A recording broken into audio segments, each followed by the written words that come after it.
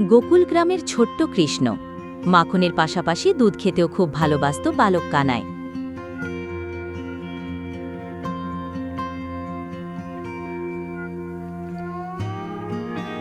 দুধ, দই, মাখন চুরি করে খাওয়ার জন্য মা যশোদার কাছে বকাও খেত। ছোট্ট ছেলের মুখ ভরা মাখন দেখে তিনি রাগে বললেন, এত দুষ্টুমি করিস কেন?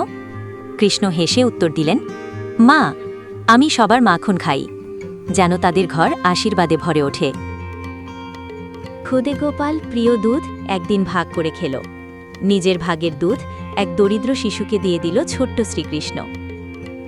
দুধ পেয়ে বেজায় খুশি হই শুশু। খুদে কানাইকে প্রণাম করল সে, স্বয়ং ভগবান শ্রীকৃষ্ণ। তার দুধের ভাগ পরম সৌভাগ্য।